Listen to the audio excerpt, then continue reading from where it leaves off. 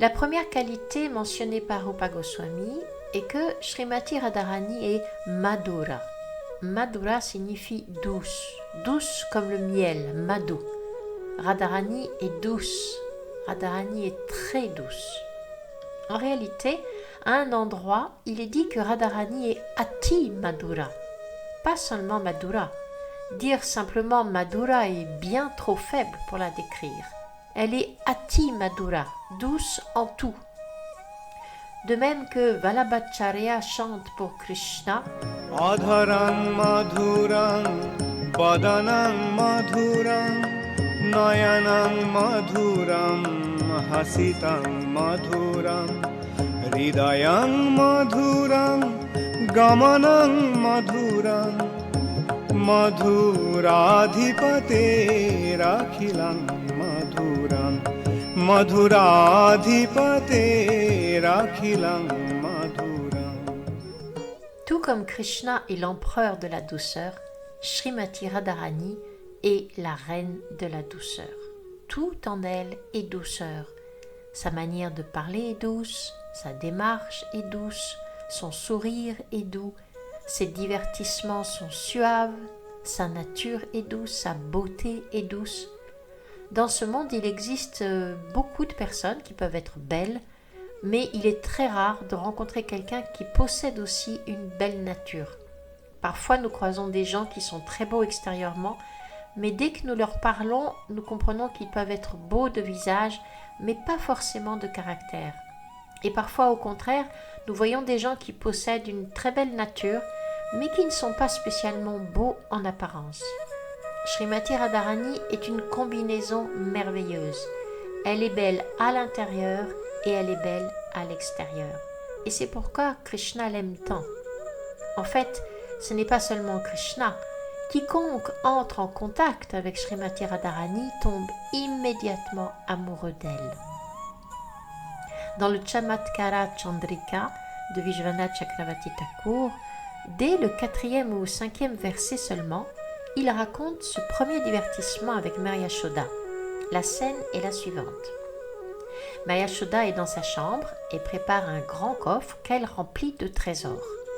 Elle a disposé dedans un tissu de soie, des fils de soie, du camphre, du musc, du bois de santal, de la gourou, qu'on appelle aussi le oud.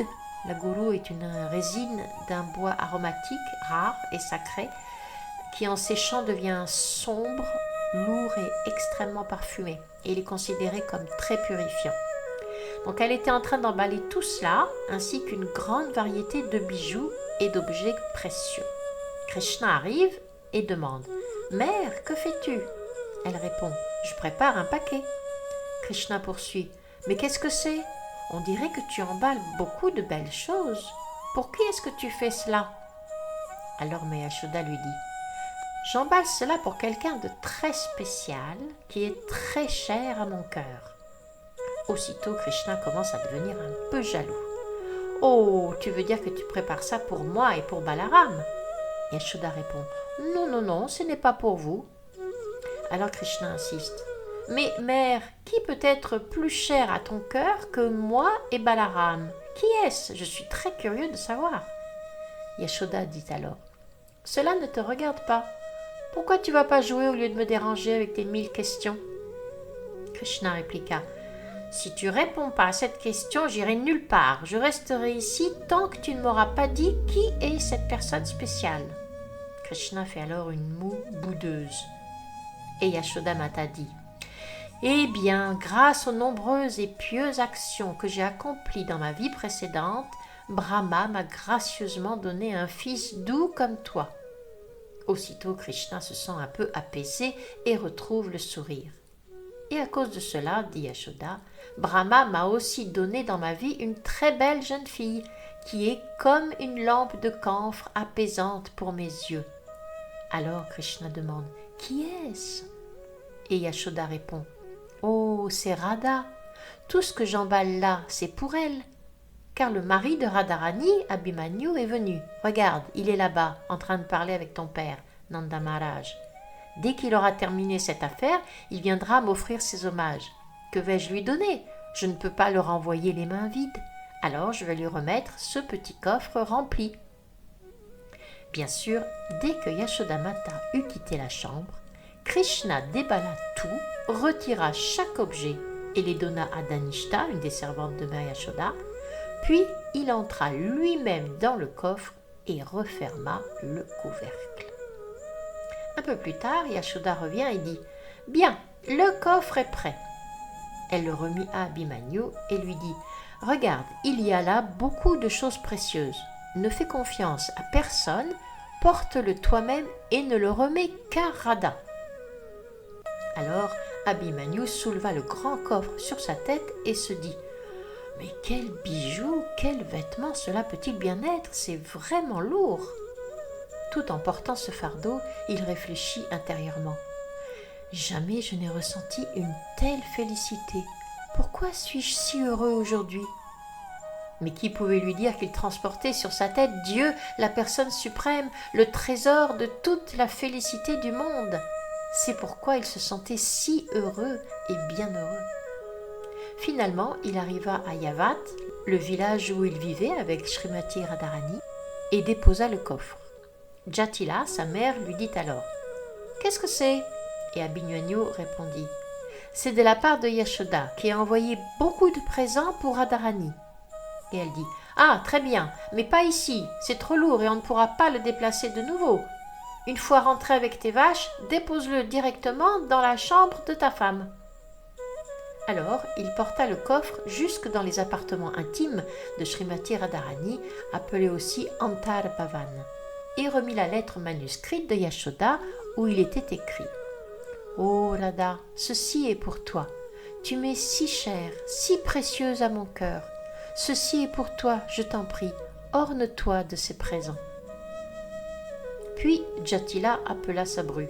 « Hé Radha, on dirait que Yashoda t'a envoyé beaucoup de choses.